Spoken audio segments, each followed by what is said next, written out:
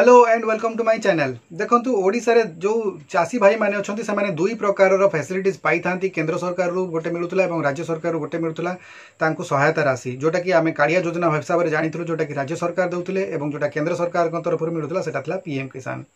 तो पीएम किसान जहाँ यही वर्ष पई मिलिबा कथा ताहा जो राशिटी पीएम किसान रो राशिटी समस्त हिताधिकारी पाई सारी एवं वर्तमान कालिया योजनार जो टंकाटी सेमानकु मिलुतला ताहा केबे मिलिबो ताहा नै सेमानक मनरे प्रश्नवाची रहितला।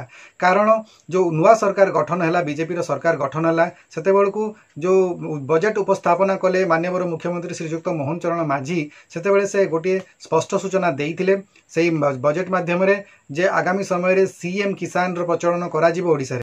चैनल टी को प्रथम थर पई देखुथिले एबे ही सब्सक्राइब कर दियंतु एवं पाखरे थिबा घंटी चिन्हटी को टिपी ऑल बटन को प्रेस कर दियंतु, ताहेले आपण आमर आगामी वीडियो गुडिकर नोटिफिकेशन ठीक समय रे पाई परिबे।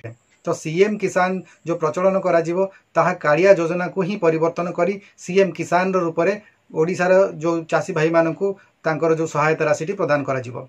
तेणु यही सीएम किसान रो जो अर्थ राशि केबे यार हिताधिकारी मानकु मिलिबो ताहाकु नै समस्त मन रे प्रश्न थिला एवं समस्ते मते जगिथिले जे केबे ही राशि मिलिबो। तेणु गोटे नुआ अपडेट अछि, बड़ खुशी रो खबर जे खूब शीघ्र सरकार यही जो सीएम किसान जो अर्थ राशि को वितरण करिवे।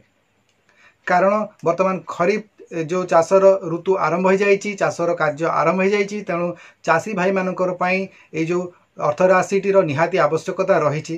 तेणु यह दृष्टि रखी सरकार खूब शीघ्र यही टंकाटी को बंटन करिवार व्यवस्था करुछंती।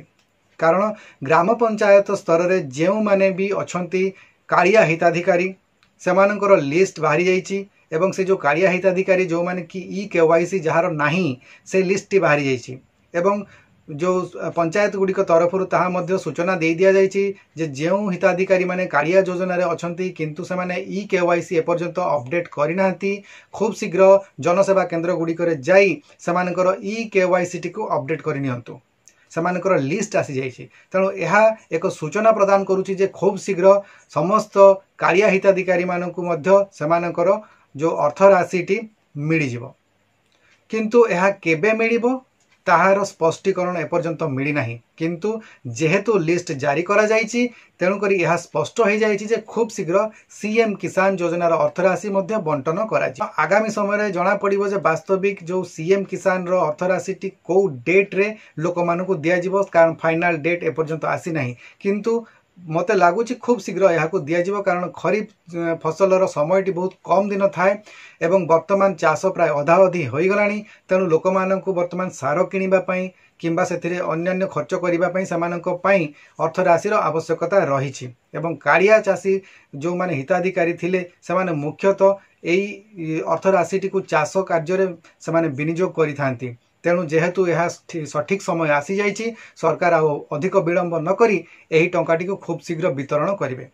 मैं आशा करछि आपनकु एई जो सीएम किसान योजनार वितरणर विषय जो तथ्यटी मु पाइछि ताहा आपण मानकु जणाइछि एवं आपण माने निश्चित भाव में एही न्यूज़टी पाई खुशी होइतिबे। खूब शीघ्र आगामी वीडियो देखा हेबा आउ किछि नुआ इंपोर्टेंट इनफॉरमेशन को नै मु आपण मानक सामना को आसीबी। से पर्यंत मो चैनल को एही बडी देखुतांतु। जदि मोर वीडियो गुडी को भल लागुछि ताहले आपण निश्चित भाव में एही चैनल को सब्सक्राइब कर नियंतु एवं लाइक बटन टी को प्रेस कर दियंतु। खूब शीघ्र देखा हेबा मोर आगामी वीडियो रे। से पर्यंत निजर को जत्न नियंतु एवं देखुतांतु मोर एही चैनल को। वीडियो टी को शेष पर्यंत देखिथिबारु आपण को बहुत बहुत धन्यवाद। नमस्कार।